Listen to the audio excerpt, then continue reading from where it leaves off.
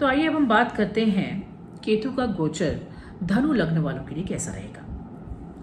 धनु लग्न वालों के लिए केतु का ये गोचर होने जा रहा है आपके दशम भाव में, यानी आपके कर्म स्थान पे, आपके प्रोफेशन, आपके सोशल स्टेटस, इन सब के भाव पे होने जा रहा है केतु का गोचर। तो जैसा कि पहले भी बोला मैंने कि केतु जहां भी जाते हैं वहां पे आपको ऑलरेडी एक इनहेरेंट नॉलेज होती है उस चीज की। आपको खुद को नहीं पता होता किस तरह से वो नॉलेज होती है, मगर होती है।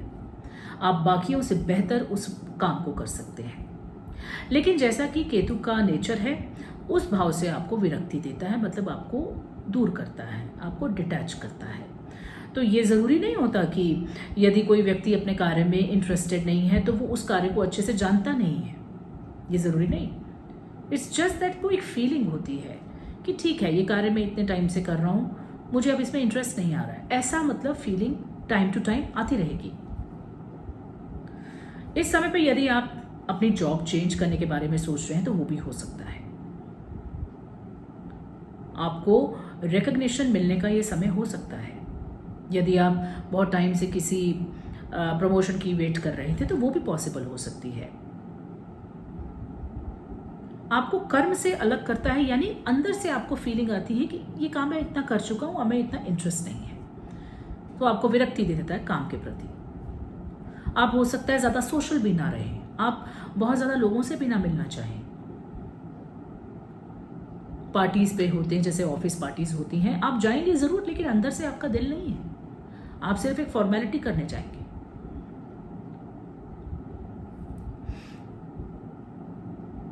जो दशम भाव है वो आपके स्पाउस यानी आपके पति पत्नी या फिर आपके बिजनेस पार्टनर्स का चौथा भाव बनता है। सप्तम भाव से दशम भाव चौथा है, तो यानी स्पाउस के दिल में भी कहीं ना कहीं या बिजनेस पार्टनर के दिल में भी कहीं ना कहीं एक डिटैचमेंट की फीलिंग आ रही है, कोई कमी हो रही है। तो आपको इस समय पे ज़्यादा ध्यान रखना होता है अपने रिश्तों का, specially if you are married. तो अपने पति पत्नी के बारे में भी आपको इस समय पे अच्छा सोचना है, उनको एक कंफर्टेबल एटमॉस्फेयर भी देना आपकी जिम्मेदारी बन जाती है। लेकिन केतु आपको डिटैचमेंट तो देंगे ही, यहाँ पर आके आपको उस चीज़ से अलग करने की फीलिंग्स देंगे।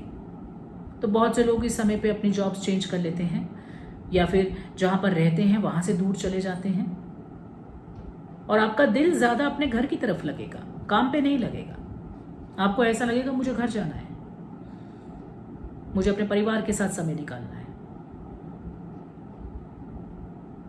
लेकिन आपको यह भी समझना होगा उसके साथ कि परिवार के साथ अच्छा समय तभी निकल पाएगा जब आप प्रोफेशन में दक्ष होंगे, अच्छे होंगे, आपको तरक्की मिल रही है, आपको रिकग्निशन मिल रही है, आपके पैसे बढ़ रहे हैं, आपकी अच्छा परिवार आप चला पा रहे हैं। ये सब तो सिर्फ आपके कर्म से ही पॉसिबल होगा ना, ये ऑटोमेटिक तो नहीं हो जाएगा।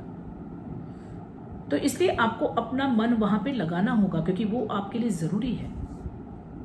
आपका मन नहीं लगेगा अंदर से, मगर आपको लगाना होगा, आपको एक्स्ट्रा एफर्ट्स देने होंगे उस तरफ। आप कोशिश करेंगे आप घर बैठें, ऑफिस से 2-3 दिन की छुट्टी ले लें या हाफ डे पे आ गए, इस तरह की फीलिंग। जब भी केतु आपके दशम में आते हैं तो ऐसी फीलिंग्स होना लाजमी है।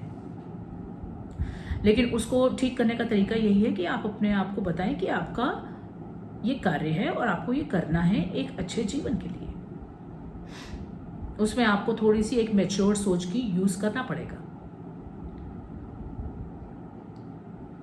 अच्छा है, प्रोफेशन वाइज अच्छा है धनु लग्न के जातकों के लिए, नई नई अपॉर्चुनिटीज मिलने का समय है। लेकिन कर्म से आपको कहीं ना कहीं विरक्ति देता है, ये आपको ध्यान रखना है, क्योंकि जब आपको ये बात पता होगी तो आप इस पे वर्क करेंगे। यदि आपको पता ही नहीं होगा तो आप वर्क किस पे करेंगे? तो इसलिए ये जानना जरूरी है कि अगर आपको इस समय पे ऐसी फीलिंग्स आ रही है तो क्यों आ रही हैं। अब आपको रीजन पता है क्यों आ रही है, तो आप उसको करेक्ट करेंगे, आप उस पर वर्क करेंगे। लेकिन अदरवाइज अगर मैं देखूं तो केतु का ये गोचर धनु लग्न वालों के लिए एक अच्छा गोचर है।